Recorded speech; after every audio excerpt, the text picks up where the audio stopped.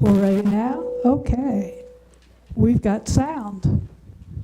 Good morning. Good morning. And welcome to today's worship service. We're grateful that you're here with us today. My name is Janet Kunze, and I'm the service coordinator for today here at All Souls, where our mission is to seek truth, practice love, and celebrate life. Whether you're joining us for the first time or you've been a member for a long time, you are welcome here. Whatever faiths you have known or not known, or whatever your heritage, you are welcome here. Whatever questions you hold, whatever truths you seek, whatever sorrow you have known, whatever joy has filled your heart, whoever you are and whomever you love, you are welcome here. And whatever your legal status or wherever you were born, you too are welcome here. Today we want to look first at the announcements. They're in your bulletin, and one that's not. The one that's not is for Thursday night spiritual spelunking at 7 p.m. I want to bring to your attention that that's held it's at 6:30. Okay, it's at 6:30 on Thursday nights. And that's held every Thursday night, even if it's not listed in the bulletin. 6:30. Do mark your calendars for next Sunday's Coping Cafe at 10 a.m. Instead of the regular service, we'll have tables set up where we can sit around and talk about coping. It'll be similar, for those of you who remember the Death Cafe last February, it'll be a similar format to that, where we'll have questions to get us going and start talking about the subject. And that'll be facilitated by Sandrine Palaz and Allan Saugstad. Also remember to mark your calendars for Shaniqua, returning on Monday, November 24th at the Old Courthouse Museum. And he'll be speaking to celebrate Native American History Month. And there'll be flyers to pass out for you available today so that we can get a good turnout at that event. It'll be a potluck followed by the speaker.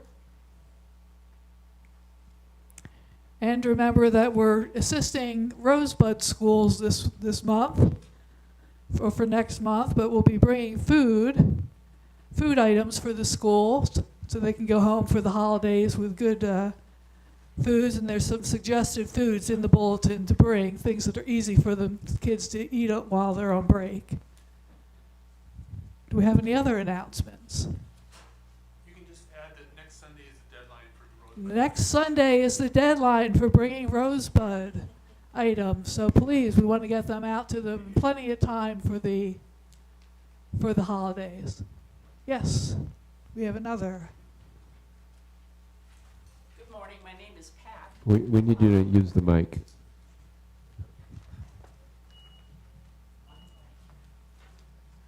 Good morning. My name is Pat. I brought a booklet this morning called A Guide to Tribal Nations. It's available out with the posters talking about Shaniqua and her talk on November 24th. But this book is put out by South Dakota State Parks, and it is free. And I bring this because of my volunteer experience in Good Earth State Park, where we have this book available, and it's been very popular.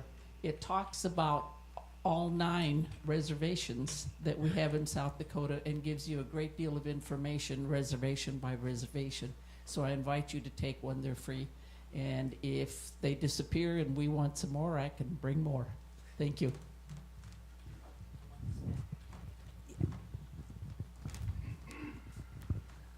My name is Eric, and if anyone wants to rake leaves after the service, we'll be working out front.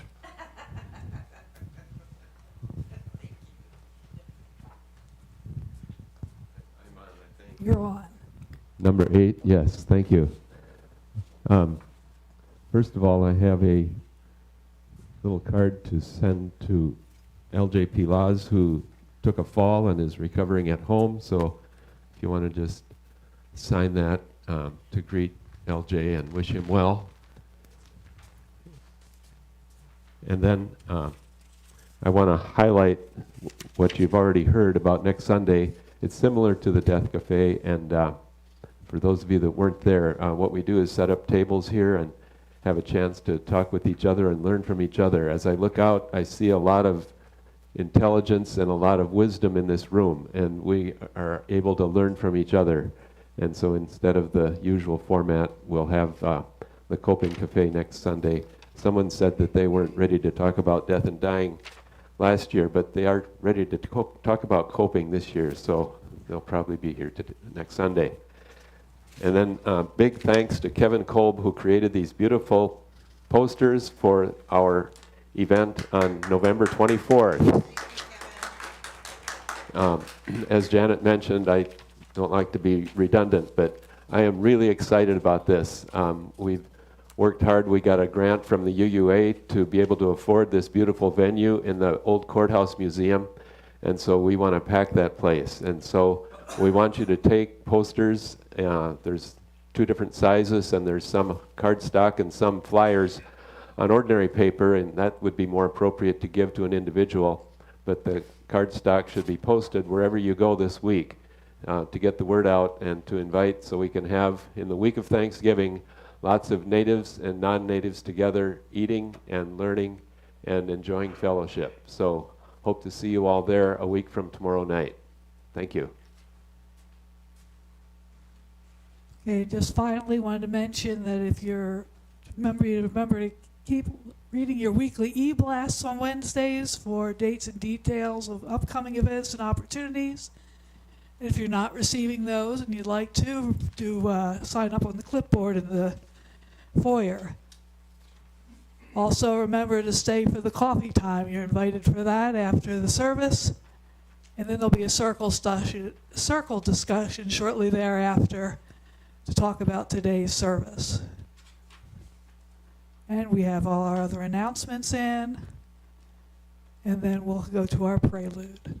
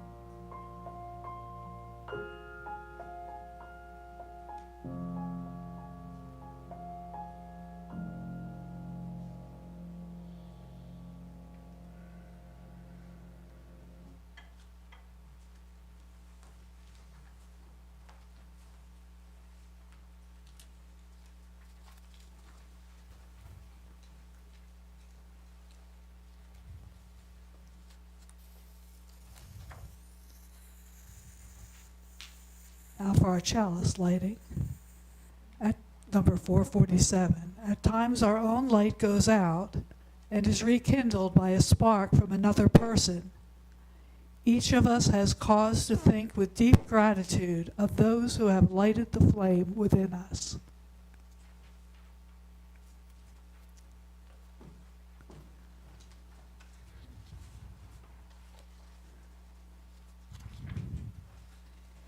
And our first song for the morning, our opening song, will be number 346, Come Sing a Song with Me.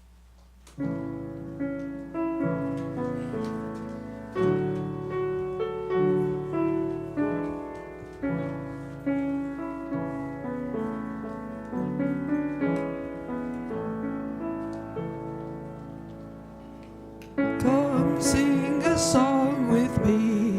Come sing a song with me. Come sing a song with me, that I might know your mind. And I'll bring you hope when hope is hard to find. Bring a song of love and a rose in the winter time. Come dream a dream with me. Come dream a dream with me. Come dream a dream with me, that I might know your mind. And I'll bring you hope when hope is hard to find. And I'll bring a song of love and a rose in the winter time. Come walk in rain with me. Come walk in rain with me. Come walk in rain with me, that I might know your mind. And I'll bring you hope when hope is hard to find. And I'll bring a song of love and a rose in the wind.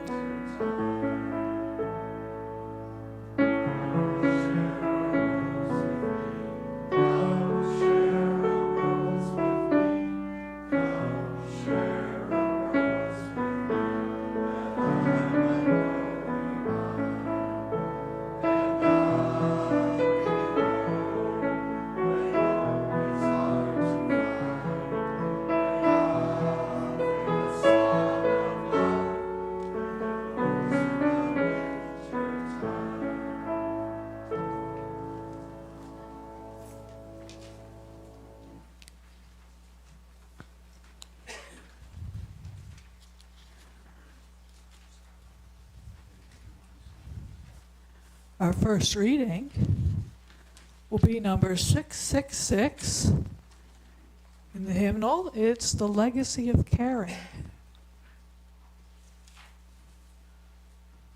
I'll read the regular type, if you would please read the italics. Despair is my private pain, born from what I have failed to say, failed to do, failed to overcome. Be still my inner self. Let me rise to you. Let me reach down into your pain and soothe you. I turn to you to renew my life. I turn to the world, the streets of the city, the worn tapestries of brokerage firms, drug dealers, private estates, personal things in the bag lady's cart.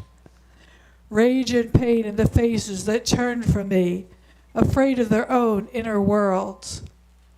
The common world I love anew, as the lifeblood of generations who refuse to surrender their humanity in an inhuman world courses through my veins. From within this world, my despair is transformed to hope, and I begin anew the legacy of caring. That's from Thandika. And now we'll have a story for all ages. And young folks are welcome to come forward if you'd like. I don't think we have any real little ones today. Today I chose a story about Thanksgiving is a day of mourning, and that has to do with our Native American friends and how they see this time of year. In 1617, a few years before English settlers landed, an epidemic began to spread through the area that became southern New England. It likely came from British fishermen who had been fishing off the coast for decades. By 1620, 90 to 96% of the population had died. It decimated the tribes and left many of their villages empty.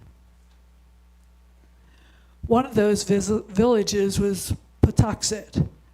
When the English settlers arrived in Plymouth Harbor, they found a cleared village with fields recently planted in corn. This was a big part of the reason they chose it for their settlement. All of the village's people had died from the epidemic except for Tisquantum, whom we know as Squanto. We never really hear the whole story about Squanto. We hear he taught the settlers how to plant corn and fish and hunt the local area. But how was it that he spoke English? Here's the story as told by James W. Lowen. As a boy, along with 4 Penobscots, he was probably stolen by a British captain in about 1605 and taken to England. There he probably spent about 9 years, 2 in the employ of a Plymouth merchant who later helped him arrange a passage back to Massachusetts. He was to enjoy home life for less than a year.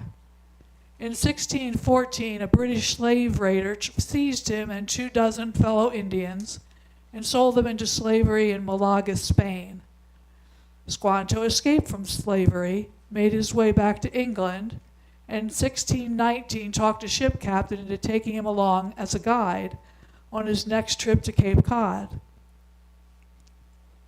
Squanto walked to his home village only to make the horrifying discovery that he was the sole member of his village still alive.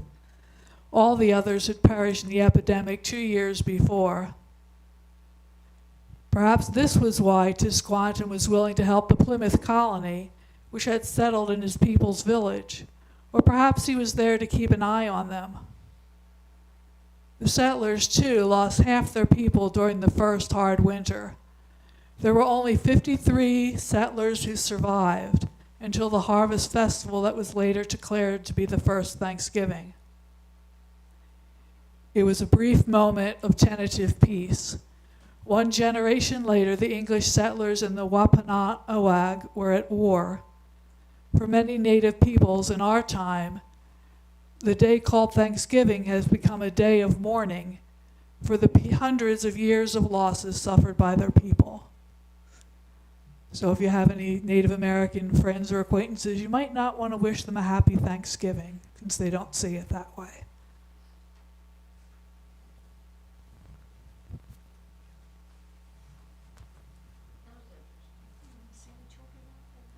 Yes, let's sing the children out.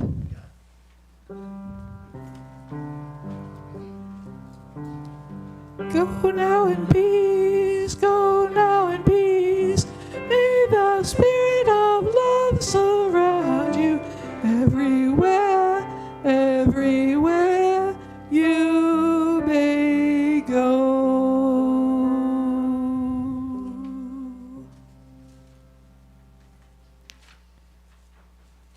And now we have our time of joys and concerns. In this congregation, we found it helpful to share the ups and downs of our lives by the practice of taking a stone from the bowl, holding it in our hands and warming it, and expressing our thoughts of joy and or concern, and then placing the stone in the water bowl into the water so that the ripples of the water carry our joys and concerns out into the wider world. And I'll begin by taking 1 stone to express. For myself, a concern was that this week I had some health issues. I had a neck muscle spasm, which is still kind of there. And so that's been holding me back this week from doing a lot of things I'd like to have been doing. But it's getting better. And I'm very thankful for the chiropractor who was willing to come in on Saturday and help me out, and the other physicians that were willing to see me on short notice to help me out with that.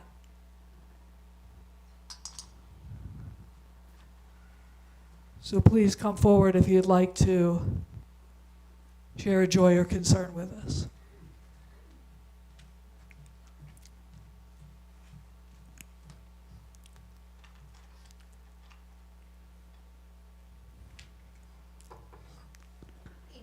Hafke, and Let me turn that on for you. Come on, little mic. It's not going on. Hello. Let's try this one. Edie Ann Hafke. There we go. Edie Ann Hafke, and I want to share a bit of a joy and a bit of a concern. I'm grateful that my BFF Margie is doing okay. Marjorie Johnson, she's doing okay, but she sometimes has a bit of a struggle at times. So, yeah, I like to share my thoughts and prayers for her to keep on doing how she's doing and stuff. And I also want to be thankful for other people that are still there and such. So, be thankful for them. And I'm thankful Jenny and I are still together and stuff like that, and we do okay and stuff like that. So that's good. Thank you.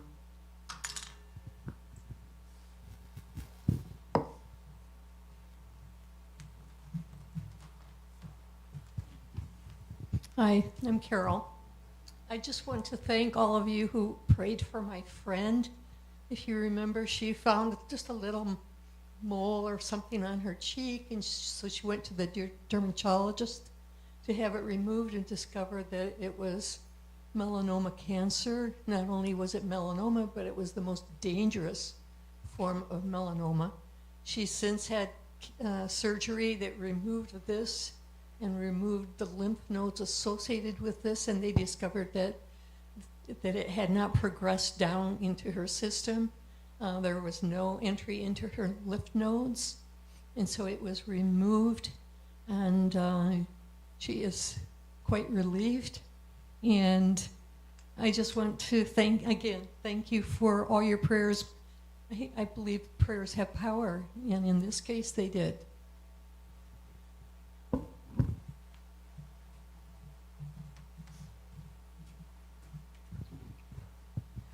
Hi, my name is Marcia, and I'm putting in a stone for the concern I feel for my daughter.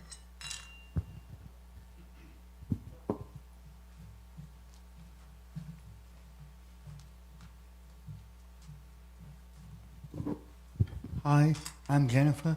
I go to a new endocrinologist tomorrow because the last one is not allowed to practice trans medicine because of the bishop. I hope things go okay.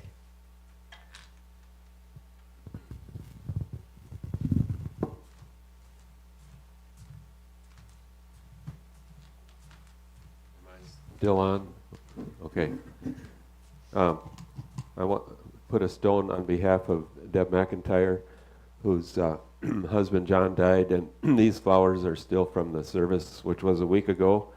And I got a message from Deb. She's in Pier today with her family there, and Owen had a birthday, turned 5 on Friday, I believe, and said he misses Grandpa John. And then shifting gears, and I apologize for adding another announcement, but I forgot to say, if you could please consider bringing treats next time so we can have a big array of snacks while we're having our coping cafe, and they'll be out in back like we did last time. Thank you. Book club on Thursday. If that was the book club is on Thursday. I have a stone, and this last year has been a lot of traveling for me, seeing family. I'm dealing with a autoimmune thing that is finally getting to not be so tough.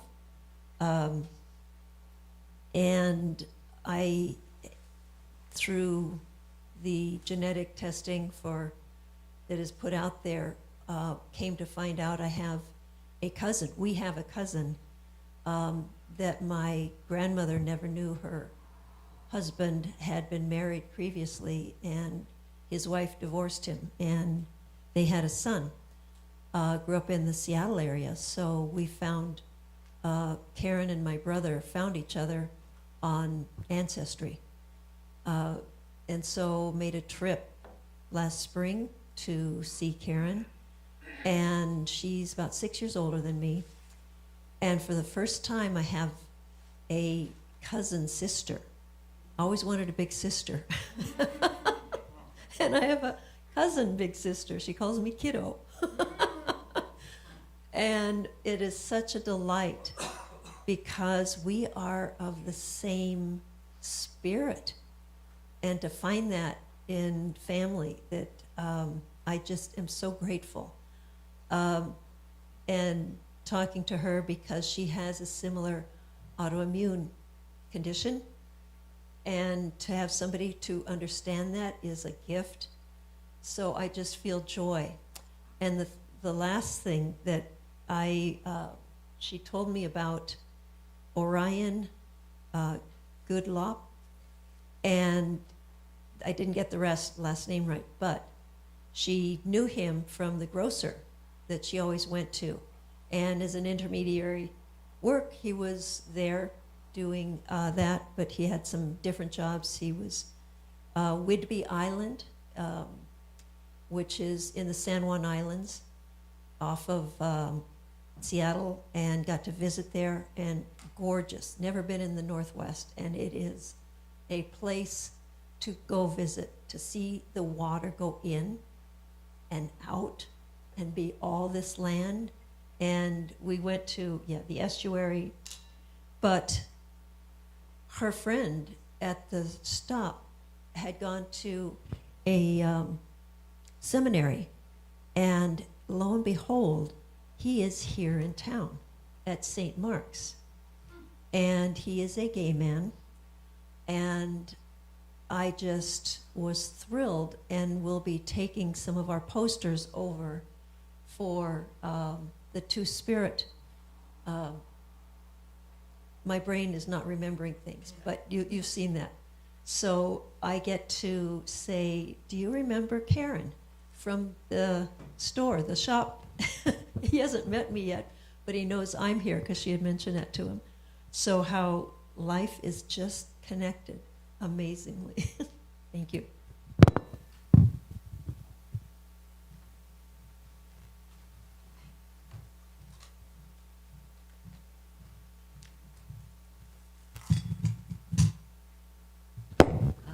This morning I'm Shelley, and came here before and left Sioux Falls for a while. And a lot of gratitude for being here, being alive, living another day, and also for a place to stay right now. I'm living with my daughter, but I'm also grieving. A lot of family relationships. They don't understand the road I'm on, and I need to let it go. It's been really hard to let it go. And I'm looking for a place of my own. I'm living with my daughter and her family, and very grateful to them right now. But looking for a place to rent has been more harder than I thought it was going to be. So I thank you for being here with me, and thank you for your collective love and deep gratitude to everyone, and my prayers to everyone as well in the concerns that you hold close to your heart. Thank you.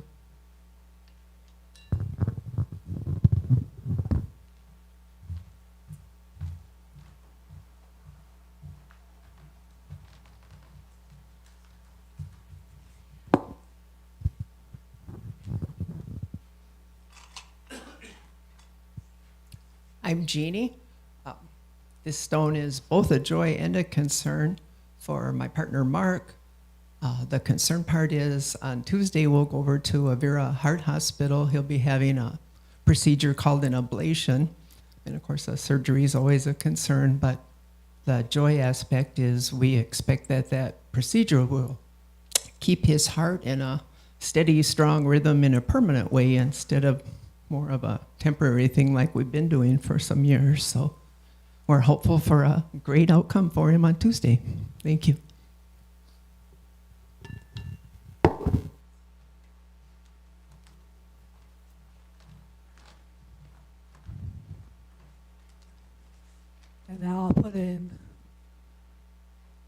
I'll put in one last stone to represent all of our joys and concerns, and also for anything unexpressed that we have in our hearts.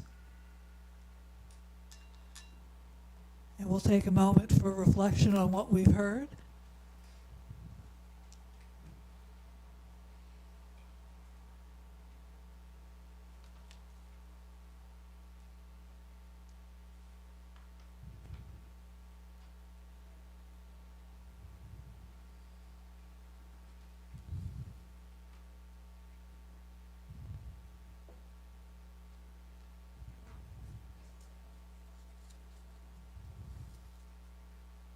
And now we'll return to our program to number 186, our next hymn.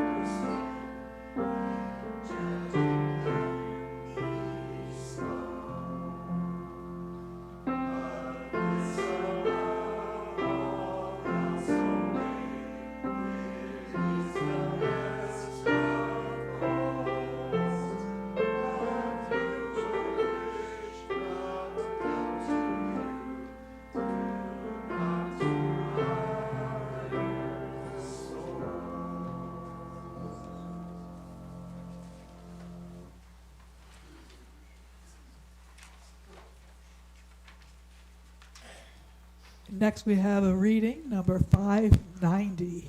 590.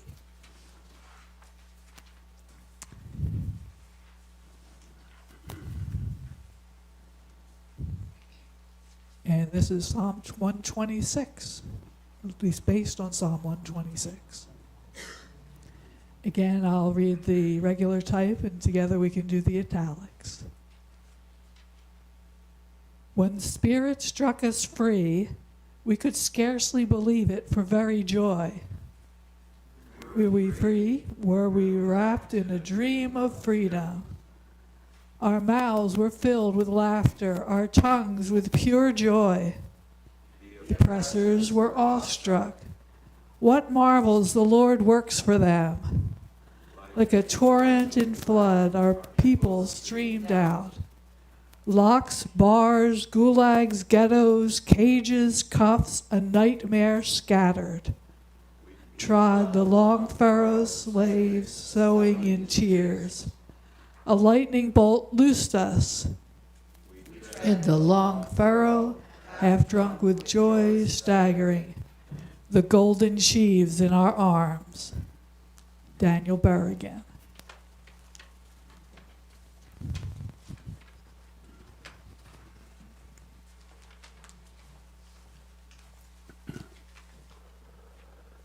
As you use, we have a concern for justice. And too close? As you use, we have a concern for justice. We've been on the cutting edge of a lot of movements over the course of the decades, from women's suffrage to gay rights to various other causes. And so it's not surprising that a year or maybe more than a year ago, we got a little survey from the national office asking about whether we wanted certain priorities in the name of justice. And one was abolition of prisons. And so there's people in our UU fellowship that are really concerned about this issue. And you may also know of the Church of the Larger Confession, Church of the Larger Fellowship, which is an online ministry that UU sponsor. And there are a lot of people in prison who take part in that. And there's also a program of writing to prisoners that's sponsored by our denomination. So that's a little known ministry that we have. The idea of abolition of prisons, of course, is analogous to abolition of slavery, which was a big issue in our country. And as you may know, the Ken Burns series starts today on the American Revolution. It sounds very worthwhile tonight and every night. I think it'll be especially interesting to see what it tells about the issue of abolition of slavery, because that was the huge controversy at the time of our country's founding.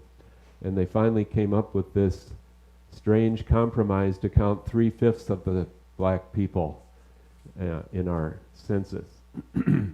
So just as slavery was rooted in racism, the prison system is rooted in racism in our country. It's very obvious when you think about the fact that blacks are incarcerated at a rate 4 or 5 times greater than whites, even though the crime rates are not that different. Who gets charged, who gets convicted, who can afford a lawyer, and how long the sentences are all based on bias, disparities, and racial prejudice. And then the war on drugs began in 1972, and a few years ago it had its 50th anniversary. It was considered a colossal failure.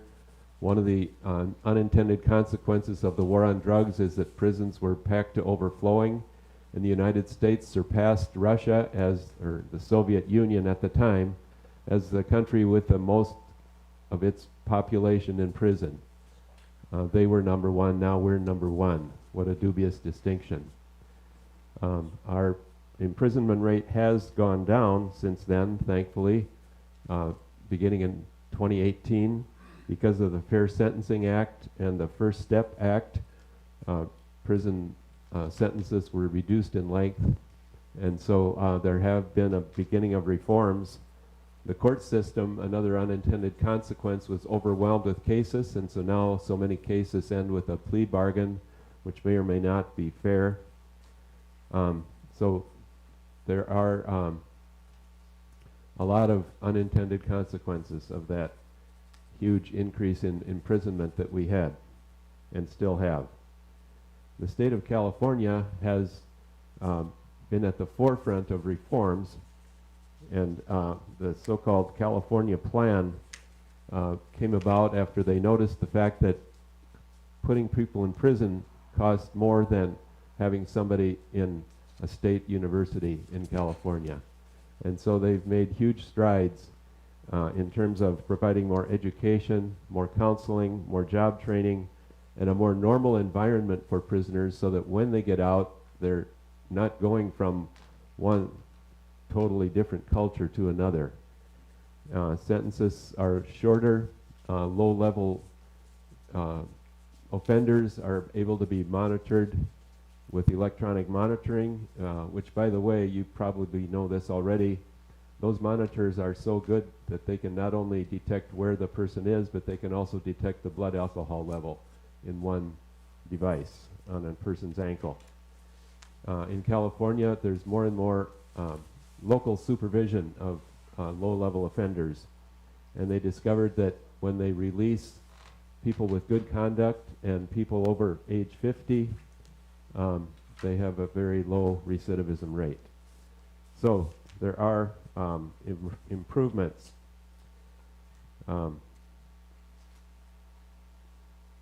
Another approach is restorative justice and reparative justice programs, making offenders accountable for what they have done, for the harm that they have caused, and sometimes, even in some cases, reconciliation between the victim and the offender. Well, closer to home, there are reforms happening in North Dakota, which you've probably heard about. Several years ago, they sent a lot of or they sent a delegation to Norway to learn what is happening in terms of the prison system there.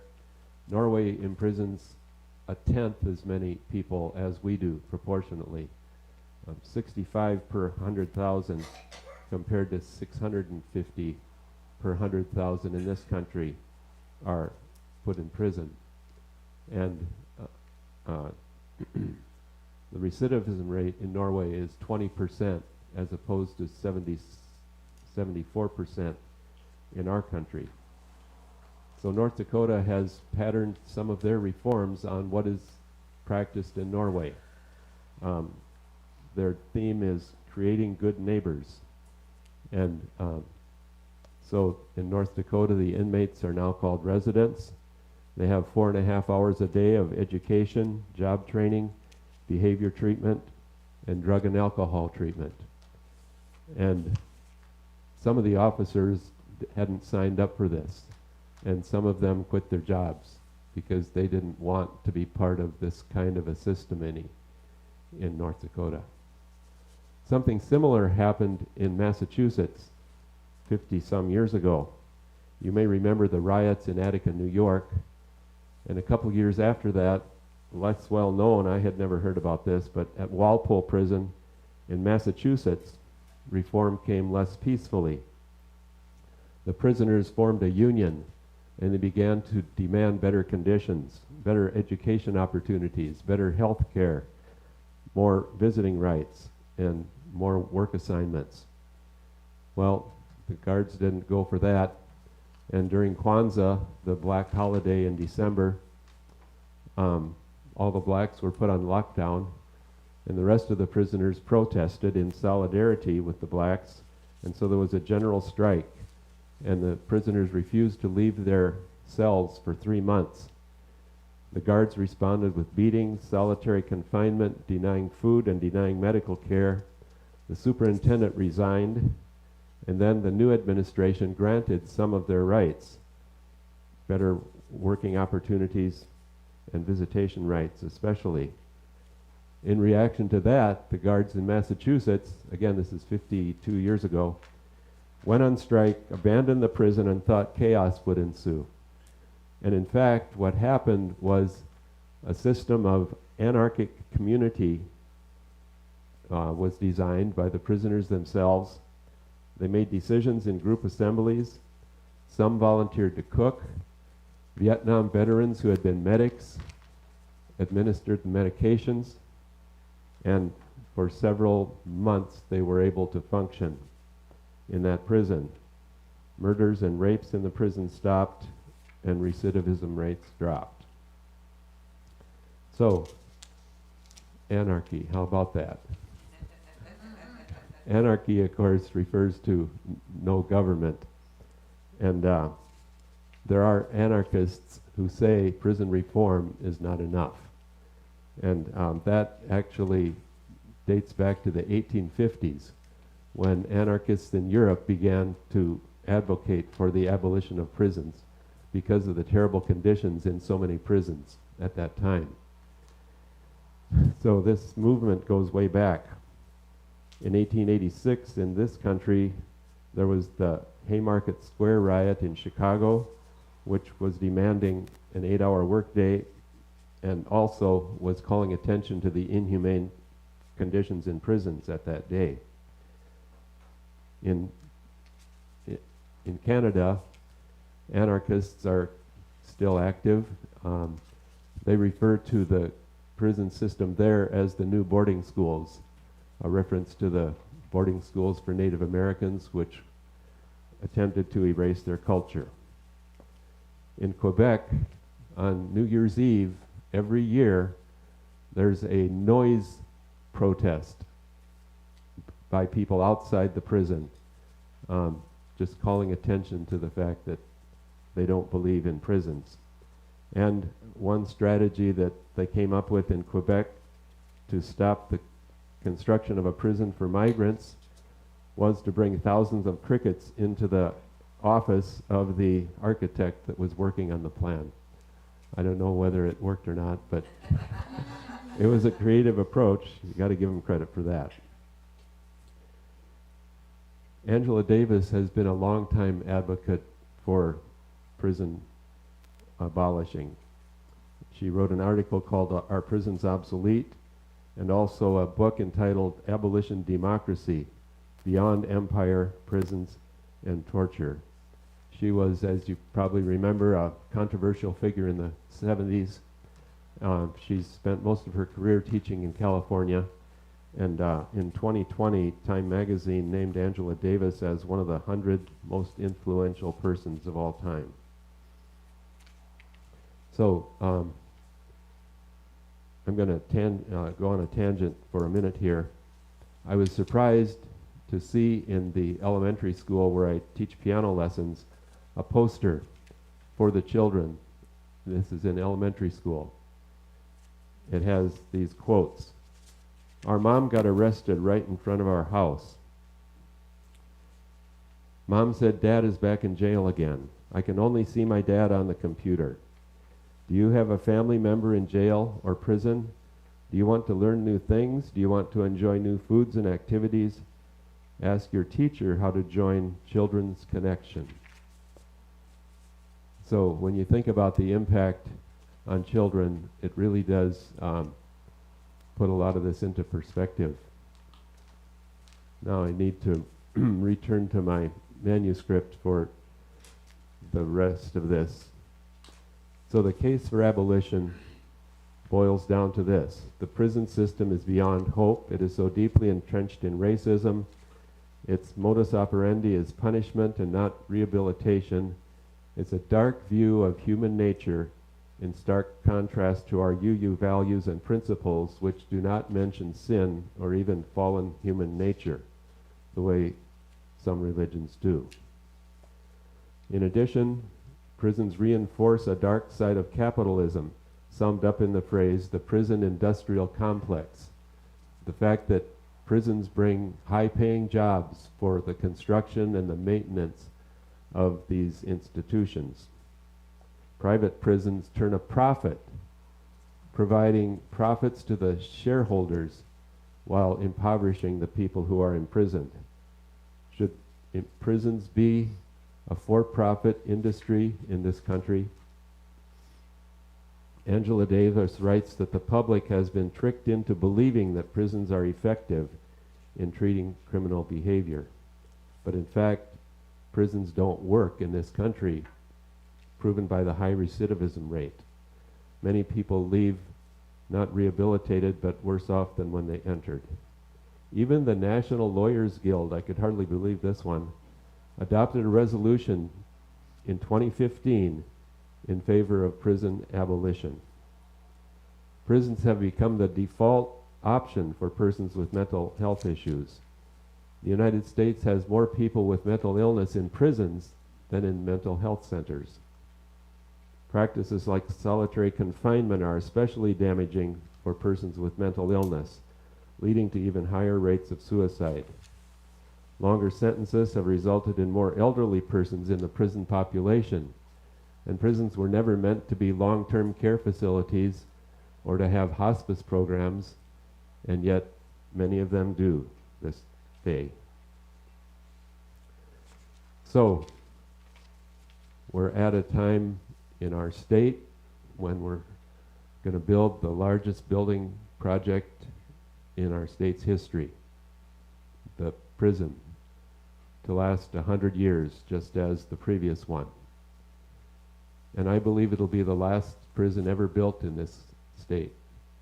And it may be one of the last built in this country. And here's why.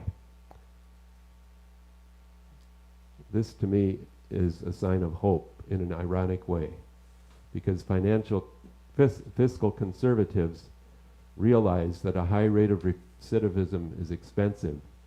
And so that's partly what's driving the urge to reform. But there's also, I think, a sea change, a shift in attitudes, because when so many of our percentage of our population is imprisoned, more and more people know somebody who's in prison, or at least in jail. And so there's, in a sense, more compassion because it hits home for so many people. there's also more and more awareness of the richness of Native American cultures, as Native Americans are seen as successful in many places. They're depicted in positive light in the media. And I think of Mato, one of our own sons, and his success in California in his music. So all of these things are coming together, and now they were able to pass that money for the new prison because there were people who were demanding that it provide rehabilitation services. And now there are voices saying, now we have to start rehabilitation now, not wait till the new prison is built. So there's a sea change and a definite improvement in the attitudes of people in terms of how we treat people who have, for various reasons, ended up in prison. And so when people think about this deeply, they recognize that the way prison abolition could work is to provide the kind of social services that keep people from a life of crime. Job training, housing, adequate nutrition, things that we are reluctant to provide in this country in contrast to the more socialized systems in Europe. I think too of the Native American idea of 7 generations and thinking about the future and how hard it is for our politicians to think long term, and yet that's what we need to do. And it occurred to me not too long ago that 7 generations is not all that long. I figured this out in my own life. When I was born, quite a few decades ago, all my 4 grandparents were living, and 4 of my great-grandparents, 1 from each of the sides. And so I remember each of them. Grandma May, Grandpa Alfred, Grandma Carrie, and Grandpa Andrew. So that was the first generation, my great-grandparents. I'm sure each one of them, or at least some of them, held me as an infant at some point. And then my grandparents are the second generation, and they all held me, I know. And my parents are the third generation, and they held me. And my generation is the 4th. I have children, the 5th generation. I held them. I have grandchildren. That's the 6th generation. And now, through marriage, my wife Janine has 2 great-grandchildren, and I've held them, the 7th generation. It's not all that long, but we need to think about the coming generations. Being the racism in our South Dakota prisons, of course, affects the Native Americans the most heavily, but that is changing too, and it can. So, my final illustration comes from a seminary professor in St. Paul, Minnesota, speaking in about 1980. And he said that institutions build their grandest edifices near the end of their life cycle. And he gave as examples the Colosseum in Rome, the cathedrals in Europe. After these magnificent buildings were built, the Christian religion kind of went quiet in Europe, and now those cathedrals are more like museums. There are other examples I'm sure a person could name, but his what's the word?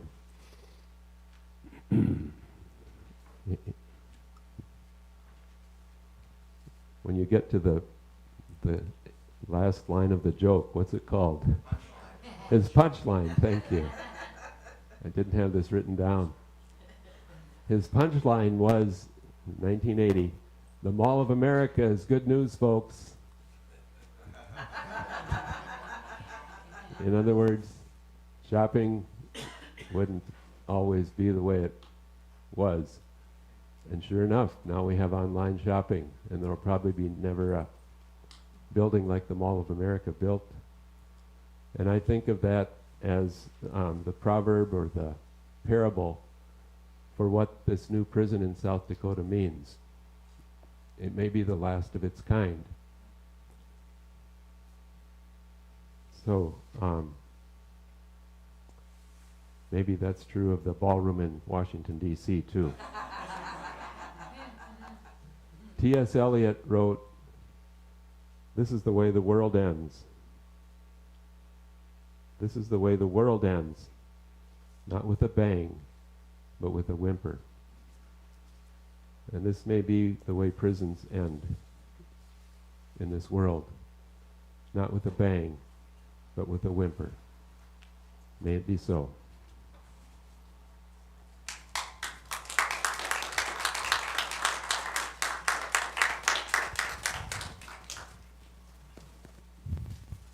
Thank you, Al. At this time, we're going to have our offering.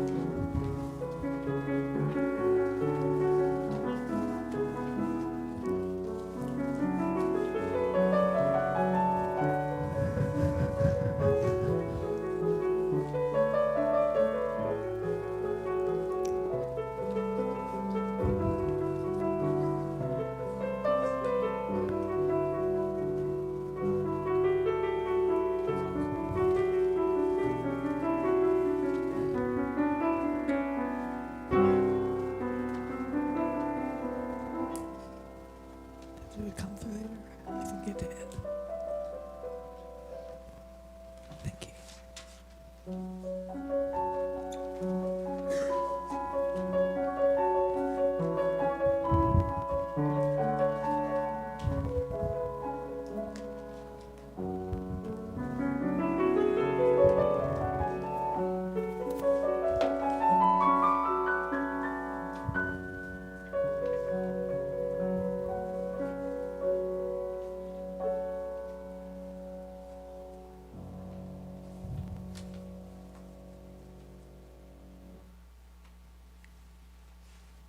And now we'll say the words to receive the offering, which are in your bulletin. We give these gifts freely. We receive these gifts gratefully. We dedicate these gifts to the work of our congregation, serving human wholeness, caring for our planet, upholding religious freedom, welcoming the stranger, loving one another. Our final song will be number 140, Hail the Glorious Golden City.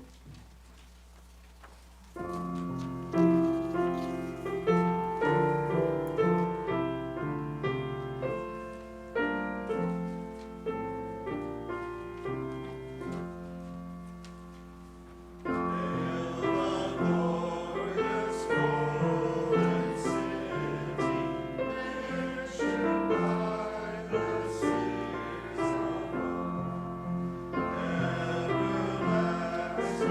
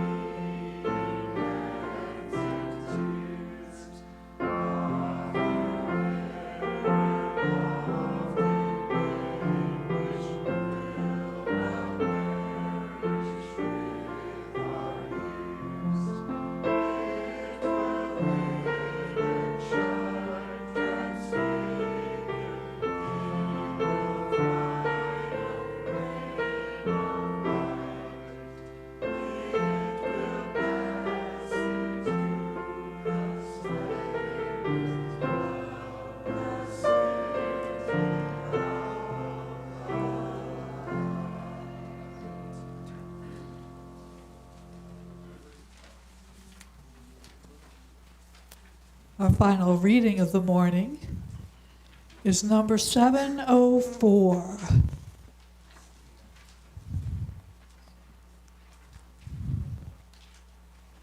And let's read this together. It's all in regular type. Go out into the highways and byways. Give the people something of your new vision. You may possess a small light, but uncover it. Let it shine. Use it in order to bring more light and understanding to the hearts and minds of men and women. Give them not hell, but hope and courage. Preach the kindness and everlasting love of God. And that was written by John Murray. And now we will extinguish the chalice.